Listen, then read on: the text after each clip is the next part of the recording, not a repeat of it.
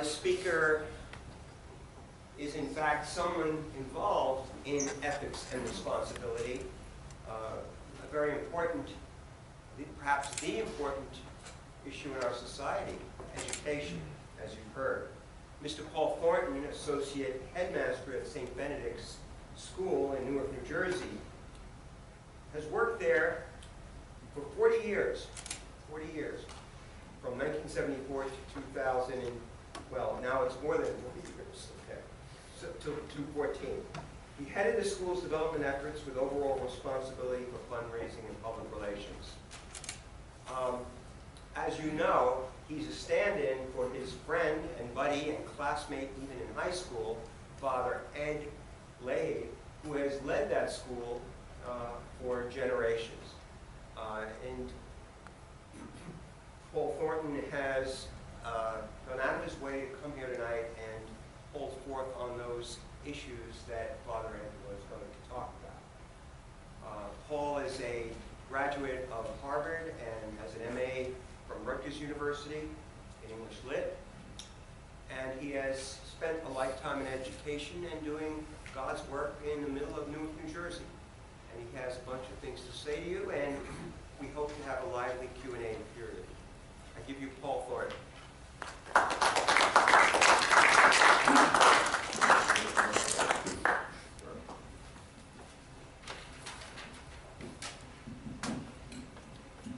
Sounds good. Can you hear me well enough? I don't know if it's on. That's good. Is that any better? Yeah. Solomon, what do you think? I noticed a friend and former colleague up there, Mr. Bloeckman. Good to see you. And, please don't take notes, but if you feel free to correct anything that I say or misstate, certainly you should feel free to do that. Well, thank you for the invitation. As Dr. Miller said, I am a stand-in, and part of what's awkward about this is that I normally help prepare remarks that Father Edwin will give in places. I've spent many, many years being a ghost writer, and no time at all being a ghost speaker. So I hope this goes reasonably well, and I do an adequate job of trying to replace someone who is so full of stories and full of life and full of charisma that it would be hard for anyone to match what he could do. I was struck by a couple of things in terms of the title of your group. Society of Skeptics is intriguing. For those of you who follow the Christian scriptures and attend church during the season, last Sunday in many Christian churches they read the gospel that refers to doubting Thomas. And I thought just how interesting and ironic to be here speaking series for Society of Skeptics the week of the reading of the Doubting Thomas story. Enough of my attempts to be a theologian, but I just thought it was an interesting note.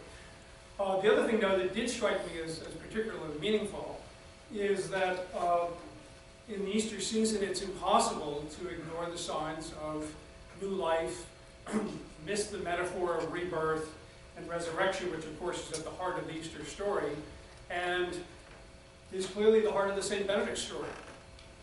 And it also clearly, as the Easter story does, depend on one's trying to see as best one can with the eyes of faith, which is something very hard for skeptics to do.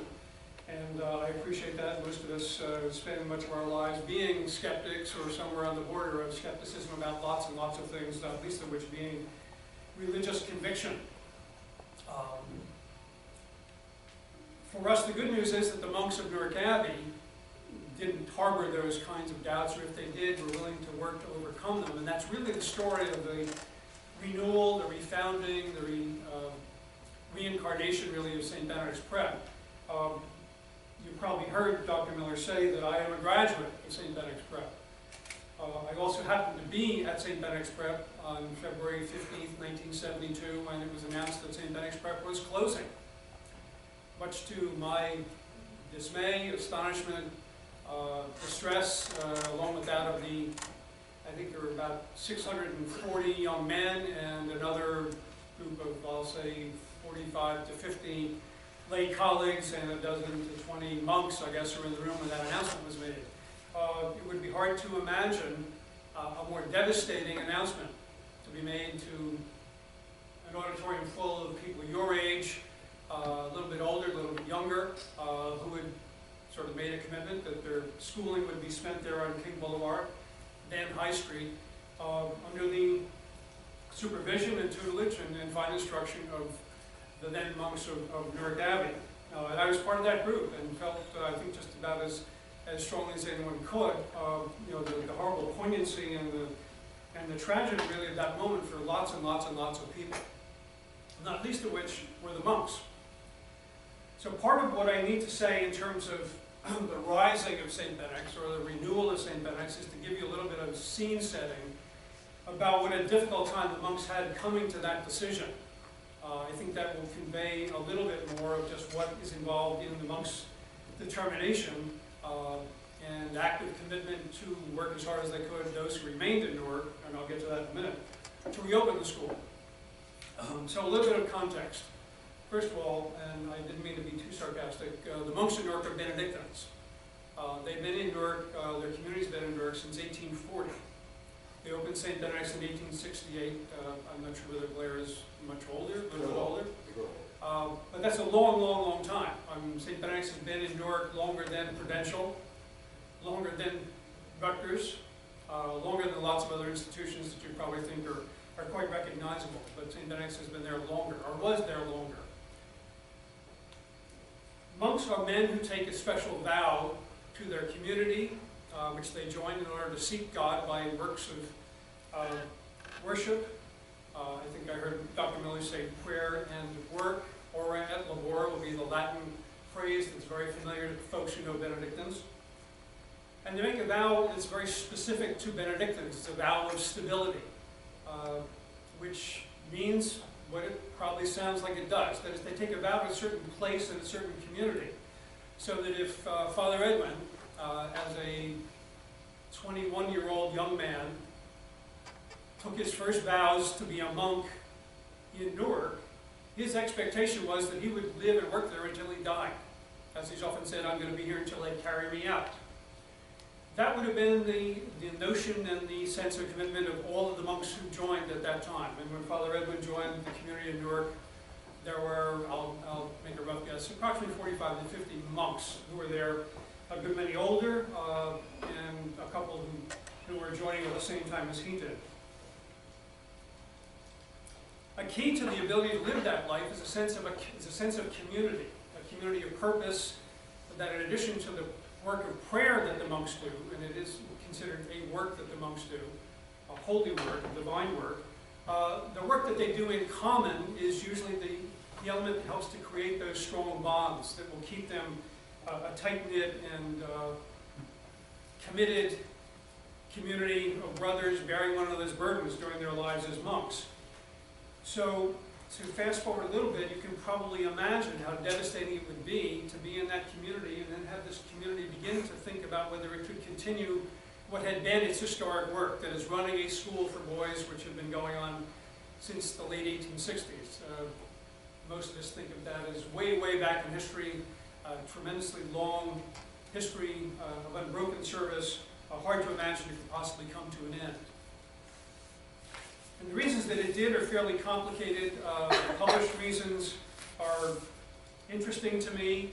They touch a little bit on some of the reasons why that happened, but having been around then and having been able to peer a little bit kind of behind the curtain, so to speak, having had good friends who were in the community, including my then very, very good friend at the time, Father Edwin, it was pretty clear that there were other things that were happening within a community that was really very disturbing, very shocking, but in some ways not terribly surprising.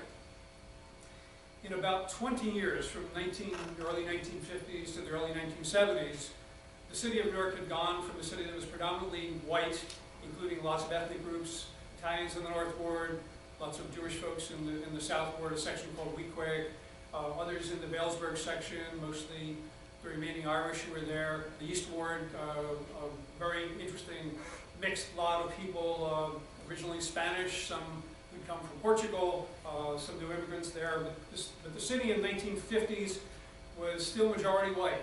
By 1970, that had changed.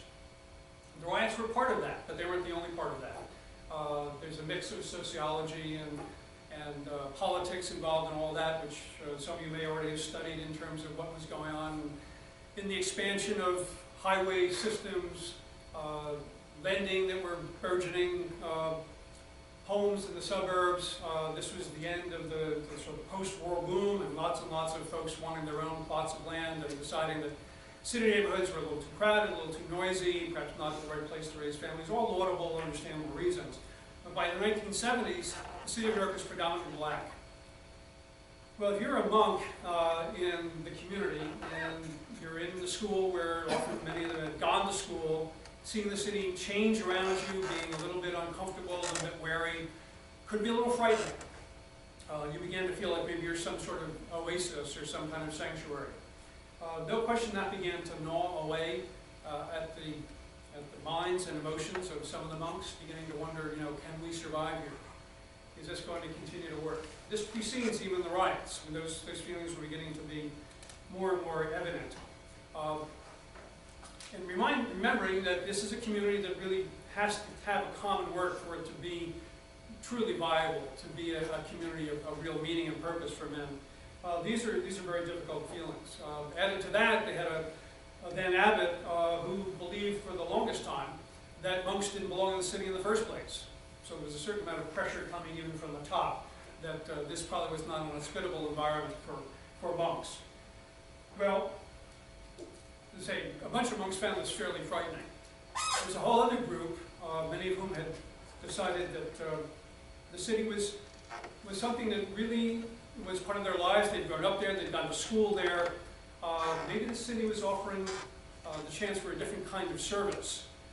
There was great influence on them by such forces that worked at that time that some of you may have heard of, and would have been in the news again recently. Vatican Council, which was convened by Pope John the 23rd, who was just canonized on Sunday, really did open not just windows but doors and minds to lots and lots of folks. And one of the strong influences then had to do with beginning to turn the church's mind and the minds of believing Catholics, and certainly especially clergy, to service for the poor. In fact, it became known, particularly in South America, but generally throughout the church, as a notion of the preferential option for the poor. The church really needed to look at serving the poor. Well, men in Newark were very much captivated by that. At least a good number of them were. So their surrounding neighborhood in Newark looked like a rather inviting and, in fact, compelling vision of a place where some of that service could go on. And this is probably much closer to some of you, at least in terms of your understanding of history and significant moments. We are still going through a series of major anniversaries of civil rights accomplishments that you can trace to the early 50s, certainly through the mid and late 60s, which was a seminal time for lots and lots of us, and I would certainly raise my hand, and clearly among those who were highly influenced by that whole experience. In fact, that's a lot to do with why I came back to St. Benedicts and why I stayed involved in St. Benedicts. But it clearly affected lots of monks as well. So that's an important force that's counteracting the concerns that some of them had that Newark was a completely inhospitable place, a place to be more scared of than looking to as an occasion or opportunity for service. Well, then come the riots. And you can imagine, apart from the sheer horror of that, what that was going to mean to men who were already somewhat wary and apprehensive about where the school could go. Within a few short years, things had turned in such a way that there was concern that the school would simply lose so many students because of the fears that families had about sending their sons to Newark. The school would simply die through attrition. Others felt that, well, if we were going to try to begin to serve the city a little bit more clearly, one had to begin to admit students from the neighborhood, including African American students. To some monks, that was a great opportunity.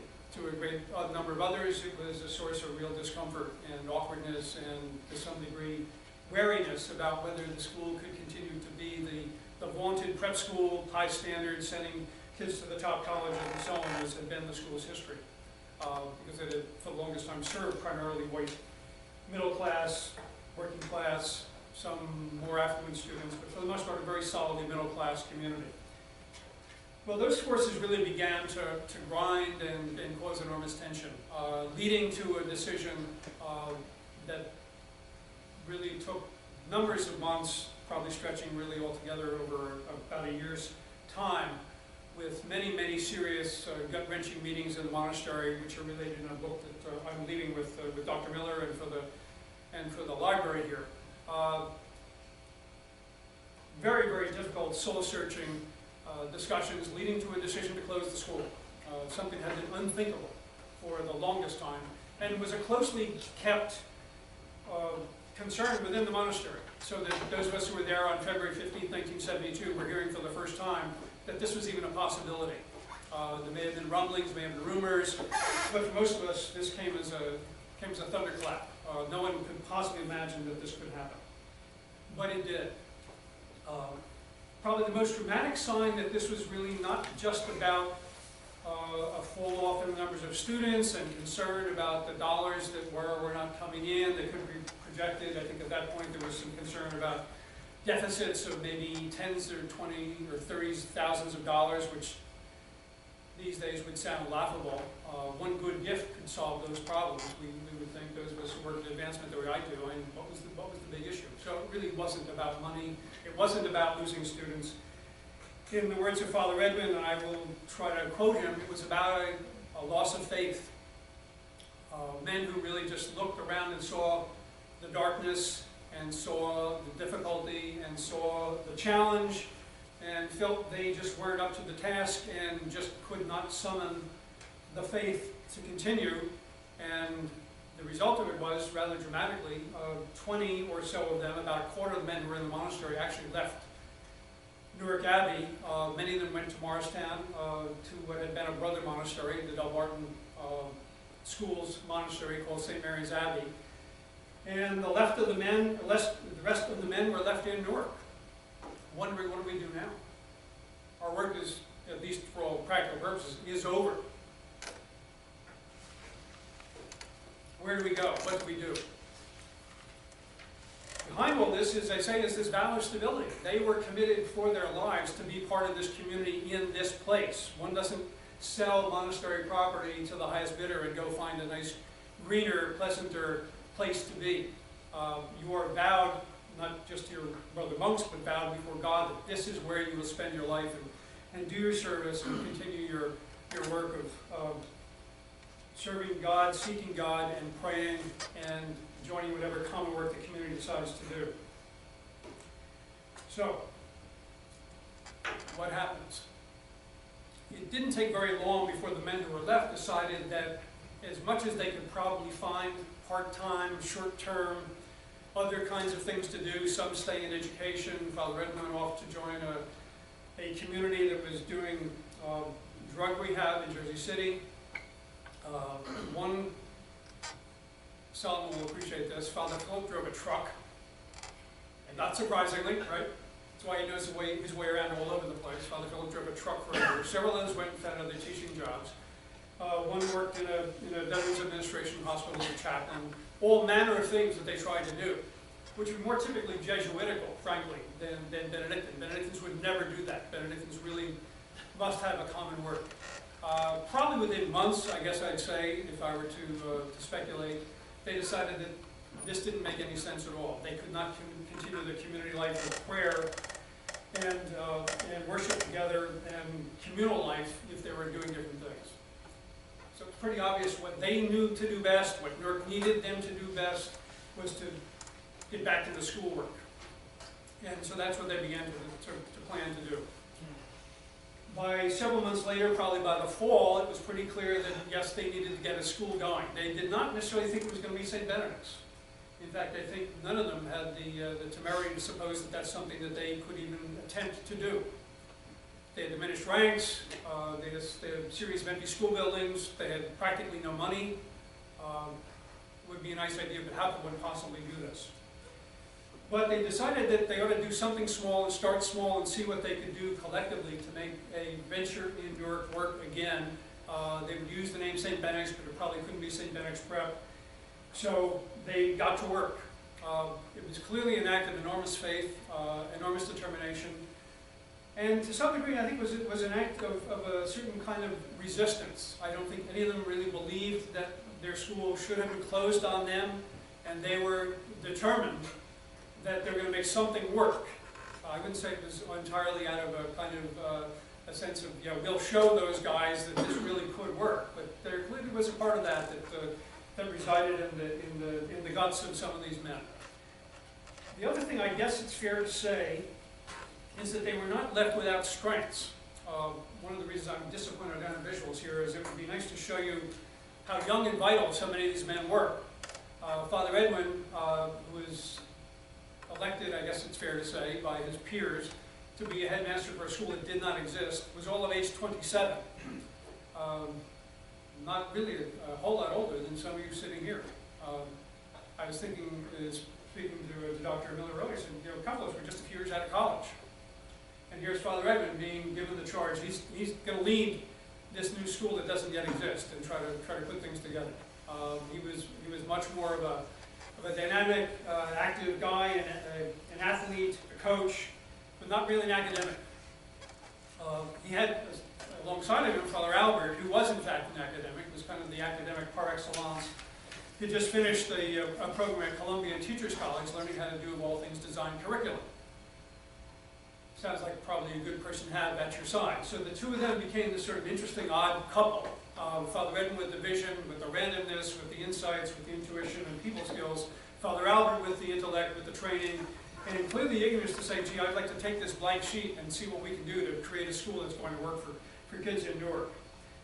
There were several others, men that we had all had as teachers, who were actually as old as they seemed to us, were not terribly old. Father Benedict, who was probably older, maybe 46 years old at the time, had been an assistant headmaster, trained in Rome, a gifted thinker, theologian, wonderful administrator. Father Boniface, who also had been an assistant headmaster, was part of the group that decided they were going to stay and do what needed to be done. And Father Theodore, who at that point looked like a really old guy, he was known as, affectionately, as the light bulb when I was there, because he had lost all his hair by the time he was 30.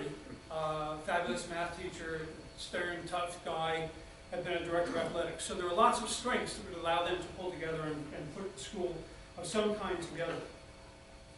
And it was clear that their devotion was to try to educate the kids who were nearby. Turn the lens entirely and look at a new mission, a mission that Newark very much needed and this community felt it really could do. It'd be simple to say that the rest is history. It didn't quite work out as simply as that, but there was no grand plan that St. Benedict's would grow to be a school of 550 boys, a school that would acquire urban renewal land and build another half a dozen buildings on property on the central business district fringe in Newark, that we'd open the school to lots and lots of kids from families far and wide, with now a global reach with students coming from Eastern Europe, from Africa, from Asia, from South and Central America, to make quite a mixed global community of students. None of that was in anybody's mind at that point. The idea was, let's see if we can be of service. Let's see if we can focus our energies on young men who don't have a lot of choices, in many cases from struggling families who can't afford to pay what it would take to go to a school that could offer them a superior education. We can offer that for something much less in our Benedictine spirit and keep that going.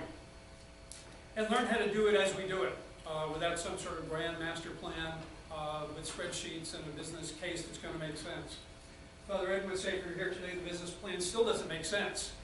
We're offering an education that costs about $17,000 a student, and we charge, this year I guess on paper, we charge $9,000, and of the $9,000 we charge, only a quarter of our students' families can pay that. So we raise the money, which is what keeps me and my colleagues in the advancement office occupied most of the time.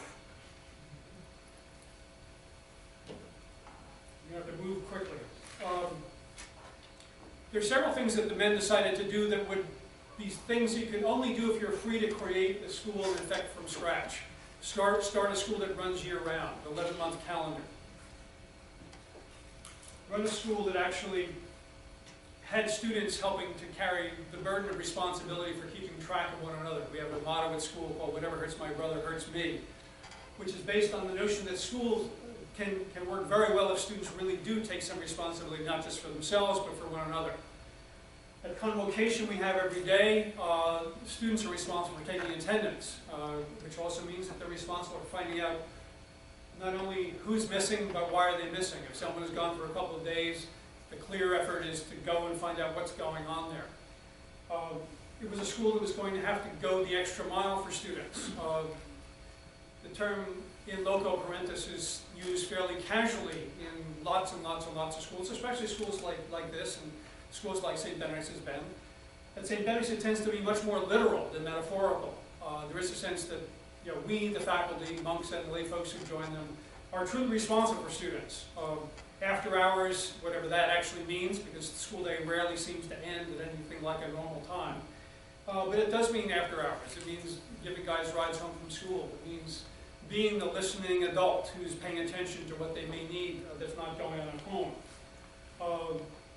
To visit their homes, if need be, to see what's going on.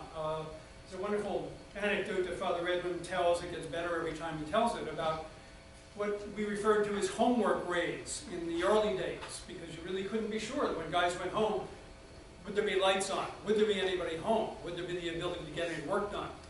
So he and Father Philip, the truck driver, and one of our young colleagues at the time, Bernie Green, would fairly regularly make homework raids.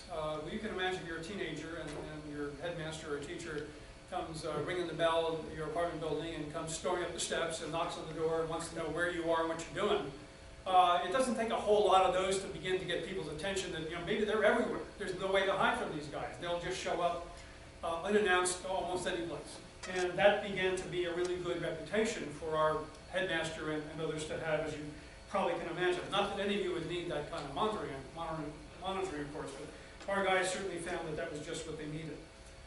Probably the best way to sum it up was a simple one-liner offered by one of the older monks who really didn't have any teaching responsibilities in a formal sense, but of course he was always teaching by example. Brother Dennis, who when they were trying to create the notion of what the school could be, said, in answer to the question, what's your philosophy of education? And he was a man, I think may have finished high school, was not nearly as educated as most of the rest of the monks. Thought for, I think, just a moment, and is reported to have said, well, I think you just have to love the kids. That's it, that's my philosophy. And it'd be hard to do better than that in the broadest sense of concern, devotion, following things through to their proper conclusions, doing what's needed, doing what's appropriate, which is in fact what has led the school to do the things that it's done ever since then, which has led us to try to raise as much money as we can to be able to provide education for as many kids as we possibly can, which led Father Edmund in the 80s to begin the campaign to actually open a dormitory. I think we were probably one of the first, if not the first urban school we knew about, to actually open a residence. By the time we got into the 90s, our board was so tired of hearing Father Edmund talk about the need to do that one of them just said, oh, for crying out loud, Father Edmund, let's just do it. So we now have a residence for 70 young men, mostly from the neighborhood, but also accommodating those who come from lots and lots and lots of other places, which has become an interesting and great new dimension, but a tremendous challenge for us at school. I mentioned the responsibilities given to our student leaders. That's become probably one of the prime things that distinguishes what we do with students that's different from the norm. We offer the basics, certainly in terms of college prep programs. Our guys are getting into colleges that many of you are going to. I was just speaking with someone at dinner, and we've got a couple of kids at Davidson, and our table mate, in fact, the foot of the table is going to Davidson. I said, you meet a couple of Benedicts guys there. You may run into Benedicts men wherever you go. They are all over the place at this point. I think some 96, 98% of our guys go to college. The best of the guys, in terms of those who achieve the most in academics and in student life and as leaders, have managed to get into some very, very fine places. You can read all about that. But Father Edmund would point out, if you were here, that anyone can teach algebra, anyone can teach physics, anyone can teach world history, and all of the other academic subjects. But we try to do something different. We obviously try to imbue in guys a sense of commitment to one another, a sense of their ability to withstand challenges of all kinds. Those of you, maybe the adults here in the room, would be quite familiar with the notion of grit being now the buzzword that's sort of taken over the education world. We can do all these other really good things in terms of academic preparation, but we really want to instill resilience and determination and perseverance. And someone's coined the notion of grit. In fact, there's There's a scholar at Penn, I think it is, who's actually come up with a grit scale that you can use to try to determine how well you're doing in terms of teaching grit. Well, places like St. Benedict's, certainly even when I went there, always taught grit. We didn't know that's what it was, but that's what it was. And that's pretty much probably our principal product, is teaching guys who to develop grit so they can withstand the challenges when they get to college and later in life. And I'll close with this. Father Edmund said that probably when someone asked him, he was a parent at a very good independent school in New Jersey, not Blair, but another good independent school. Father Ed, how are you going to know when you're successful? And I don't know that he hesitated more than 10 seconds. And he said, when our graduates are able to live next door to your kids. And that's what we're preparing them for, an opportunity to make choices in life that are the same choices that many of you have certainly believed are kind of your birthright, as well you should, and they should be the birthright of the kinds of kids we deal with. And I don't know whether he got stunned silence, whether he got applause. I don't know if anybody wrote checks after that, or people fled the room, but whatever this is a good long time ago, probably back in the early 70s, maybe the early 80s. I expect he was invited back to speak again, but I think folks found that sort of shocking. But he is quite serious in saying that. Our job really is to give our kids choices. And if we're doing our job, they'll have lots of choices. For the most case, it will be college for guys, but colleges that will lead them in paths that would have been very different from what they would have expected growing up in some of the tough neighborhoods that they're in. No one rang a bell, and you're very kind, and none of you left, and I don't think too many people nodded off for too long. But I think I'm out of time, and we probably ought to, there's a lot more. I think I got to page 5 and it ad-libbed much of the rest, so I apologize for not sticking to my script, but it's certainly been wonderful to be here. With Father Edwin, you would have probably heard more stories, so whether you were to learn more about how St. Benedict's came to be what it now is, I don't know.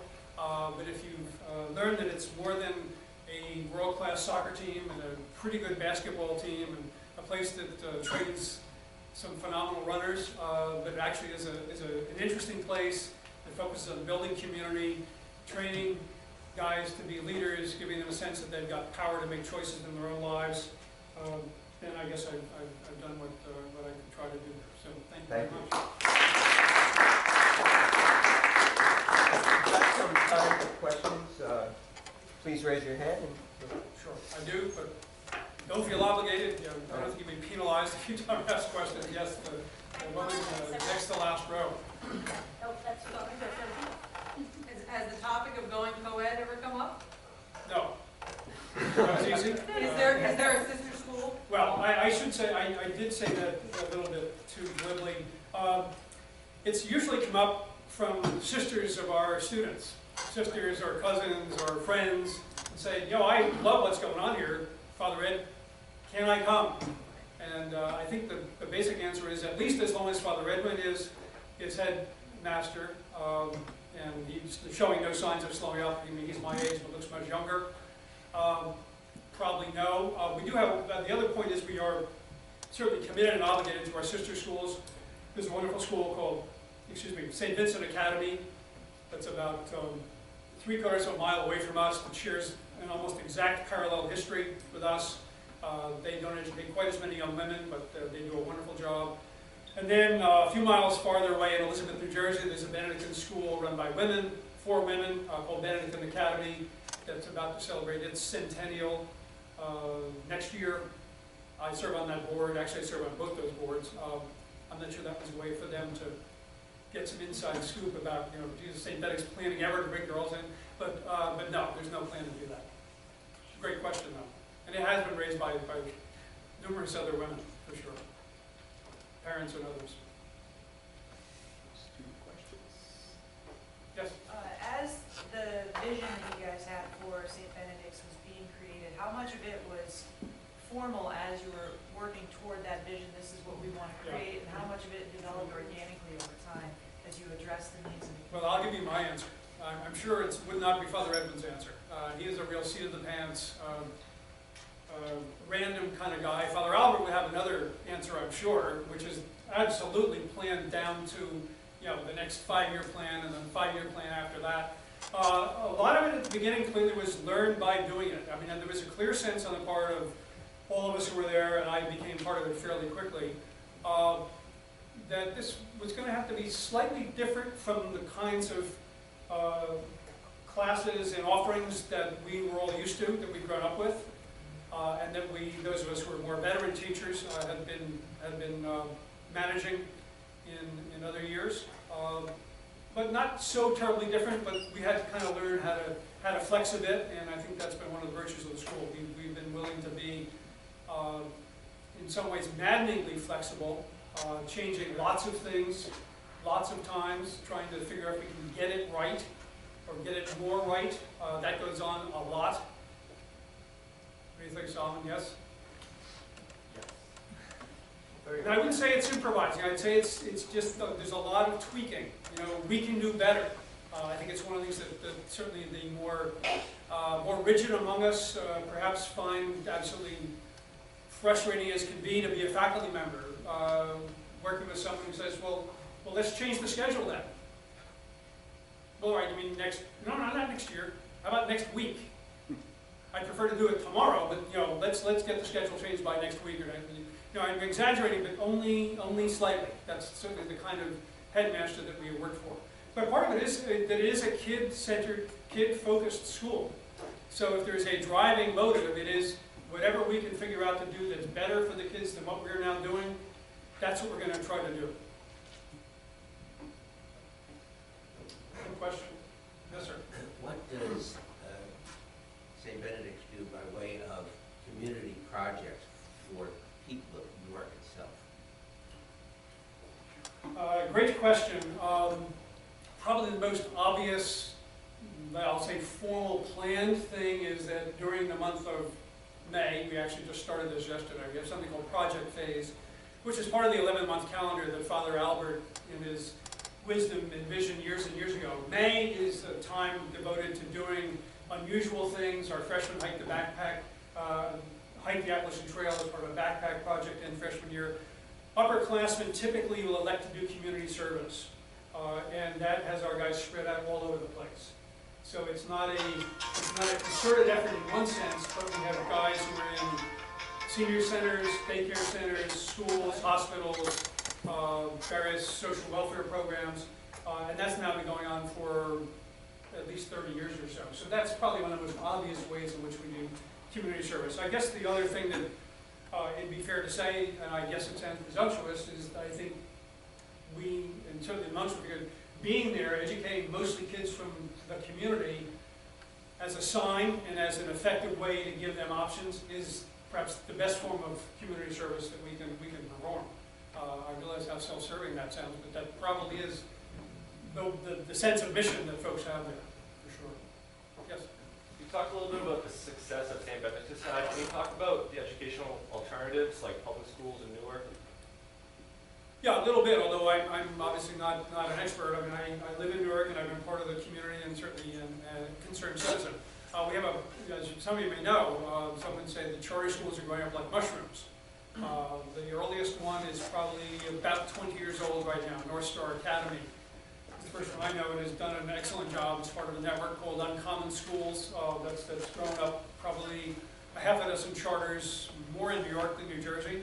That was followed by Robert Treat Academy, which is a grammar school, which has a reputation for being one of the most successful charter school programs for elementary schools in the state of New Jersey. There are now, I'll say, at least 24 charter schools, ranging from those like North Star that are 20 years old to those that are as new as a year or two ago. There is now a Bard early college in Newark. Men who began, I think it's Eagle Academy, an all-boys school in Brooklyn, maybe half a dozen years ago, came to Newark just this past year. There's a great variety of charter schools. They are getting tons and tons of attention, and some of it deservedly. There's a very strong network of schools that are part of the KIP program, which if all the schools is one that's been in existence for approximately 20 years also, spanning many, many, many states. There are now, I'll say, half a dozen KIP team schools in Newark doing an excellent job. Those are all options for kids. Not too many of them yet are doing high school programs. More of them are beginning to do that. I think they're finding that a much harder lift, partly in terms of the resources you need, both in terms of teaching, in terms of the range of disciplines you need to offer, facilities that it probably requires. So some are having a harder time being quite as successful moving into the secondary school level as possible. The public schools are a real mixed bag. It's no secret, whatever, that our public schools are clearly always in the least well-performing, the least performing schools measured across a broad range of things. Probably enough said about that. That has not changed a lot. There are tremendous tensions. Dr. Miller and I were talking earlier about New York being still a tremendously fractious place. Even the mayoral election that will occur 2 weeks from tonight is really all about who's controlling the schools. And it would be nice to say who's controlling the schools for the benefit of the kids. I think, unfortunately, it's probably more likely to say it's who's in control of the school to benefit the adults, but those who are working there, those who control the flow of funds, those who control the destiny, those who just pull the levers of power. I'd like to pretend that's not the case, but I think it probably still is the case. It was not the case, I would say, under then Mayor, now Senator Booker. I think that was one of the refreshing changes, was that he had a much more balanced view of the schools and trying new things and bringing in money, some of you may have heard of. That was a real breath of fresh air and lots of daylight there that was really, really helpful. Hard to know if that's going to be sustained immediately in the same way for a while. Sorry, that was a long answer. I'm not sure that answered your question. Get a student question here, Fiona? What role do you think athletics has played in St. Benedict's success and the success of its graduates and the character they leave the school with? I'll have to answer that. I played sports when I was at St. Benedict's too, and obviously derived a great deal of benefit from it. There's no question that it's been enormously important. I mean, I think it's been overemphasized to some degree, more by outsiders than by insiders. There's no doubt that we are firm believers, and I think I mentioned earlier, Father Edwin's background was much more as a coach-teacher than as an academician. You know, as an athlete, he played for some of our legendary coaches as well as many of us did. I wouldn't use the catchphrase building character, but in terms of placing demands on kids where the results are pretty quick, the feedback is dramatic and evident, usually without much question, you get lessons that are learned, and you develop a certain resilience and toughness, determination, dare I say grit again. I think in lots of sports that are hard to accomplish in other ways, but you can. I mean, the other thing that's important to say, and I know Father Edwin would mention this, you're probably tired of my going there, but we have more professionals in the performing arts than we have professionals in any of the professional sports combined in terms of our own alumni. And part of that is because that is the kind of activity that demands, I'll say, sweat equity. Enormous commitment of time, effort, energy, intellect, physical talent, courage, determination of different kinds. And in fact, my brother is an actor, and he got his beginnings on the St. Benedict's stage as well. But no, I think athletics, we really believe, have an important role to play, or their equivalent. Drama could certainly be that. Work on a newspaper can certainly be that. Work in any really meaningful activity. We believe that so strongly that every student has got to have at least 2 of those kinds of activities a year to be in good standing. And they'll get graded on it. So if you join let's say if you show up or join the cross-country team, but you somehow fail to go to every practice, or you don't show up for meets, you can fail cross-country, so that won't count as an activity. You've got to find another one that you're going to complete successfully, however that's judged successful by the coach or the moderator. So yes, in a sense, we believe in the value of those kinds of endeavors as much as we do in terms of maintaining solid academic performance to whatever your potential is. Yes? Do you have to be Christian or Catholic to attend St. Benedict's? Wonderful question. You know, I have somewhere in my notes to say that, you know, while we are a Catholic school, we tend to behave as a Catholic school with a small c. That is, pretty much anybody who wants to join us and do what we do and live the way we live and get involved in our community is welcome. At any given time, we've probably had representatives of every major faith group in the world. I think now we have, let's see, I know we have Muslims, certainly. We've had Buddhists, we know about Buddhists now. I think our most recent addition is a couple of young men whose families are Hindu. But we have had young men from all manners of faith, some of whom take the religion classes we offer, some whose families request that they not, and they're certainly given that waiver and they don't have to. But it clearly enriches the school. We've had, at different times, enough young men of Jewish faith to have a minion, I think, actually. At least Father Ed would pretend that we've had that. Maybe he's counting faculty members as well. But no, we're quite wide open, and in fact it had a very warm response and lots of interesting inquiries from people from other faiths.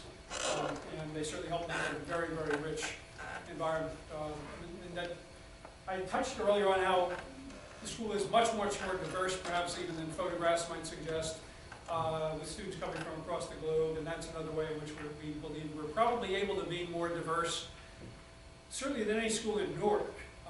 One of the virtues of being an independent school is that we are able to take students from wherever, all comers, so to speak, which if you're a public school or a charter school you can't do. When you're restricted by law to educating students from within the boundaries of Newark.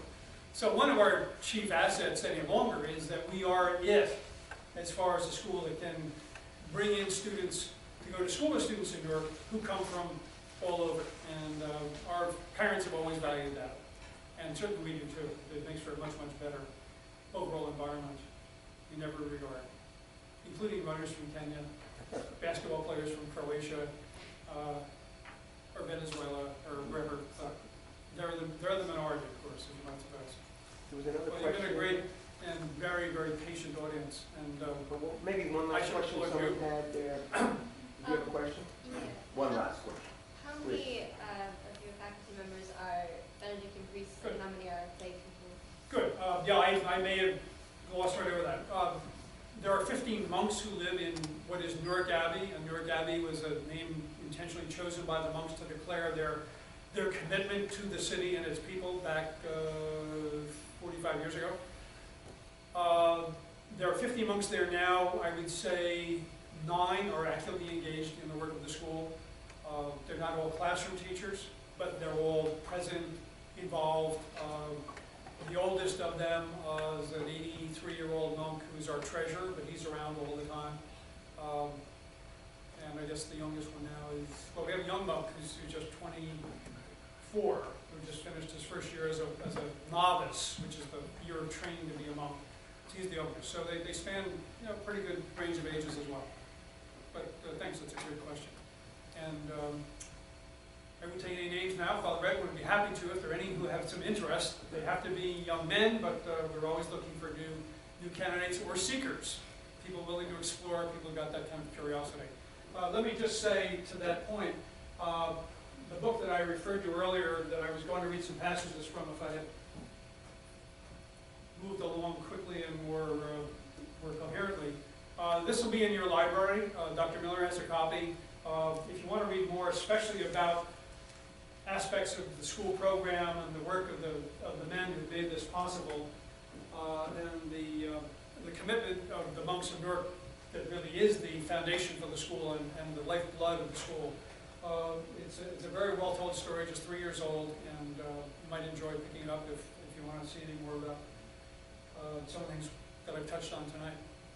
Well, we want to thank our speaker and the audience, and I think you've seen one reason for the success of St. Benedict's over the years. We have the head of advancement here, who is a passionate, involved, and very informed man, and also gracious enough to come out here on a rainy night. Thank you.